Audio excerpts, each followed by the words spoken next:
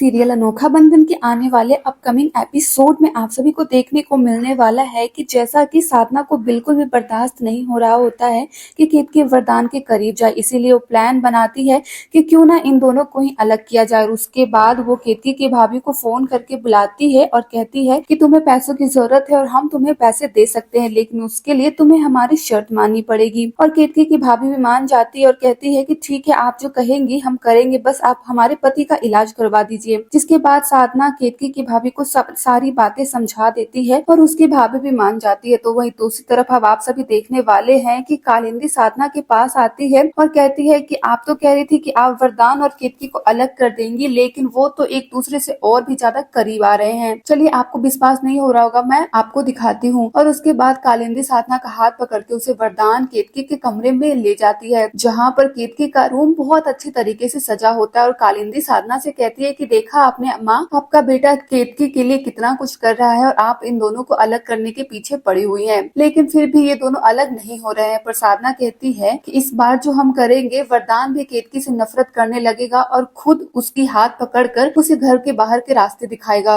और इसीलिए तुम थोड़ा इंतजार करो, बस तुम तमाशा देखती जाओ। और फिर साधना बहुत ही गुस्से में केतकी के कमरे में जाती है और फिर उसके कबर्ड से सारा सामान निकालना शुरू कर देती है।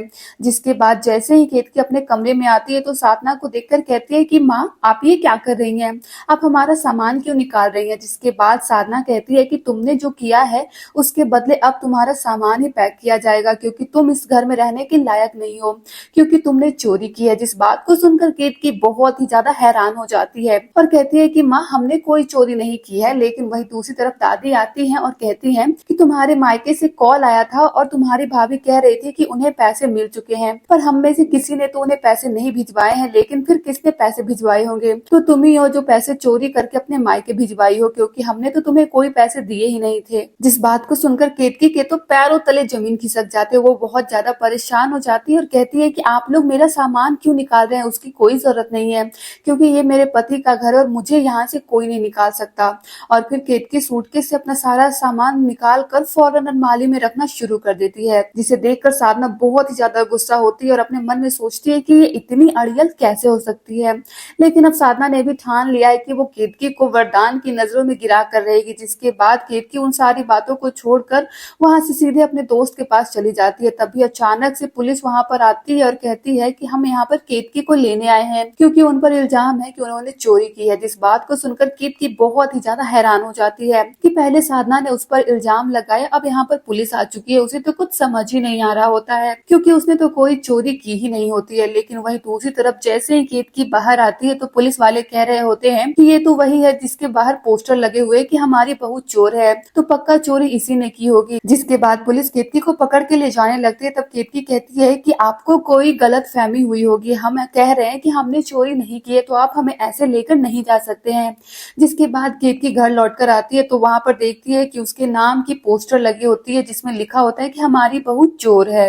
और दूसरी तरफ साधना भी केतकी पर तंज कसती है और कहती है कि तुम इस हद तक गिर सकती हो, हमने कभी सोचा नहीं था। अगर तुम्हें पैसे चाहिए थे तो तुम फिर मुझसे मांग लेते या फिर वरदान से मांग लेते, तुम्हें चोरी करने की क्या जरूरत थी। और साधना ये सारी चीजें सिर्फ और सिर्फ वरदान के मन में केतकी के लिए जहर भरने के लिए कर रही होती है, ताकि वरदान को यकीन हो जाए कि केतकी ने वाकई में चोरी किया है। बाकी ये सब केतकी बहुत ज्यादा देखकर गुस्सा हो जाती है और बहुत ज्यादा परेशान भी हो जाती है। और एक एक कर सारे मोहल्ले वाले भी वहां पर इकट्ठे हो जाते हैं और कहते हैं कि इस चोर को यहाँ से निकालो। और साधना को तो बस मौका मिल जाता है और वो सबके सामने कहती है कि हाँ बिल्कुल, अगर हमारी बहू चोरी करेगी तो हम भी इसे माफ नहीं करेंगे। और केतकी के गले में एक बोर्ड डाल देती जिसमें लिखा होता है कि हमारी बहू चोर है, जिसे देखकर केतकी को बहुत ज्यादा रोना आता है। दूसरी तरफ मोहल्ले वाले भी बहुत ज्यादा गुस्से में आ जाते हैं और केतकी के ऊपर चप्पल, जूते और पत्थर बरसाना शुरू कर देते हैं। पर केतकी चुपचाप सारी चीजें बर्दाश्त कर रही होती है, क्योंकि उसे अच्छे से पता होता है कि ये सारी चाल साधना ने चली है, वो भी उसे बस इस घर से निकलवाने के लिए। पर केतकी अपने मन में सोचती है कि माँ हमें निकलवाने के लिए इस हद तक गिर चुकी, हमें तो बिल्कुल भी विश्वास नहीं हो रहा है। सब कुछ जानने के बाद भी केतकी चुप रहती है। इधर सारे मोहल्ले वाले केतकी की वीडियो बना रहे होते हैं और सोशल मीडिया पर पोस्ट कर देते हैं। और जैसे ही वरदान के पास वो वीडियो पहुंचती है तो वरदान दौड़ते हुए वहां पर आता है कि आखिर केतकी के साथ में इतना कुछ हो गया और उसे पता भी नहीं चला। और तभी वरदान वीडियो में देखता है कि केतकी अकेले नहीं बल्कि पूरी फैमिली उसके उसकी माँ, उसकी बहन और उसकी दादी भी उसके साथ है और कैसे केतकी के साथ सभी लोग बिहेव कर रहे होते हैं। और ये सब देखकर वरदान को बहुत ज्यादा गुस्सा आ रहा होता है और फौरन वरदान वहां पर जाता है और कहता है कि माँ, आप ये क्या कर रही है, आप केतकी के साथ ऐसा कैसे कर सकती हैं। पर साधना कहती है कि तुम्हारी बीवी ने जो काम किया है उसके बदले तो इसे यही सजा मिलनी चाहिए। लेकिन वरदान कहता है कि इसने कुछ भी नहीं किया और तब एक आदमी सामने आता है और कहता है कि हमने इस औरत पर एफआईआर दर्ज करवा दिया है, इसने चोरी किया और अब इससे पुलिस अपने साथ लेकर जाएगी। तभी साधना कहती है कि इसका भाई बीमार था जिस वजह से ये इस हद तक गिर चुकी है, इसने पैसे चोरी करके अपनी भाभी को भेजी है। तुम्हें विश्वास नहीं है तो तुम इसकी भाभी को भी चाहो तो पूछ सकते हो। तो वरदान केतकी से पूछता है कि केतकी, तुम्हें चोरी करने की क्या जरूरत थी, अगर तुम्हें पैसे चाहिए थे तो तुम मुझसे मांग लेती। जिसके बाद केतकी कहती है कि नहीं, हमने ऐसा कुछ भी नहीं किया है। जिसके बाद वो आदमी से वरदान पूछता है कि अब बताइए आप कितनी रकम चोरी हुई है आपको, हम आपकी रकम आपको लौटा देंगे। तभी वो आदमी कहता है कि नहीं, हमें आपसे पैसे नहीं चाहिए, चोरी इसने की है तो पैसे भी यही लौटाएगी। जिसके बाद वरदान कहता है कि केतकी हमारी पत्नी है और जितना हक मेरा उसके ऊपर है उतना ही हक उसका भी है मेरे हर चीज पर। लेकिन वो आदमी साधना के कहने पर कहता है कि नहीं, पैसे हम आपसे लेंगे ही नहीं, आपकी पत्नी पैसा चुराई है तो वही लौटाएगी, यही चोरी किया और इसकी सजा इसे तो मिलनी ही चाहिए। जिसके बाद केतकी कहते हैं ठीक है, अगर हमारी यही सजा है तो ठीक है, हम आपको काम करके पैसे लौटा देंगे। जिसके बाद वरदान कहता है कि तुम्हें ये सब करने की कोई जरूरत नहीं है केतकी। इधर साधना और दादी भी गुस्से में आ जाते हैं और कहते हैं कि नहीं, हमारी घर की बहुएं बाहर जाकर काम नहीं कर सकती है, हम आपको पैसे लौटा देंगे।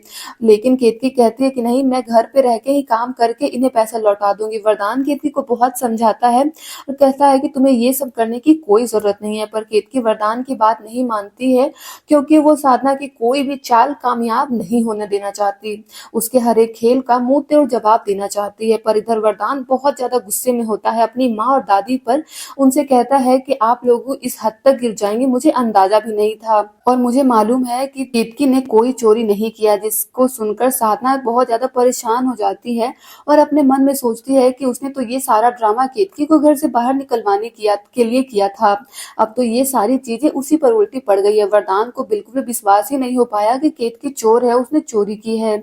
और अपने मन में साधना कह रही होती है कि पता नहीं इस लड़की ने क्या जादू कर दिया है मेरे बेटे पर कि अब मेरा बेटा मेरी बात सुनने को तैयार ही नहीं है।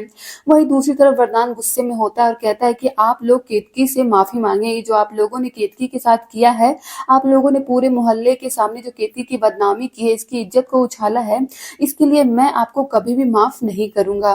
वहीं वरदान की बातों को सुनकर साधना बहुत हैरान हो जाती है कि आखिर उसका बेटा क्या कह रहा है, वो केतकी से माफी क्यों मांगेगी। जिसके बाद दादी वरदान से कहती है कि वरदान, ये तुम क्या बोल रहे हो, तुम्हें पता है कि एक सास कैसे बहू से माफी मांग सकती है।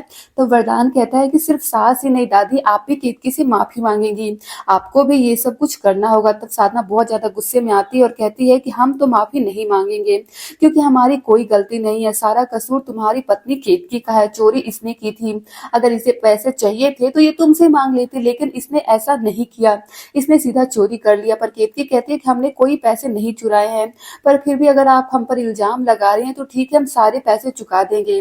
तो वरदान कहता है कि हमें तुम पर पूरा विश्वास है केतकी, तुम्हें ये सब करने की कोई जरूरत नहीं है, तुम्हें पैसे चुकाने की कोई जरूरत नहीं है, वो आदमी जो बोल रहा है उसका सारा पैसा हम लौटाएंगे।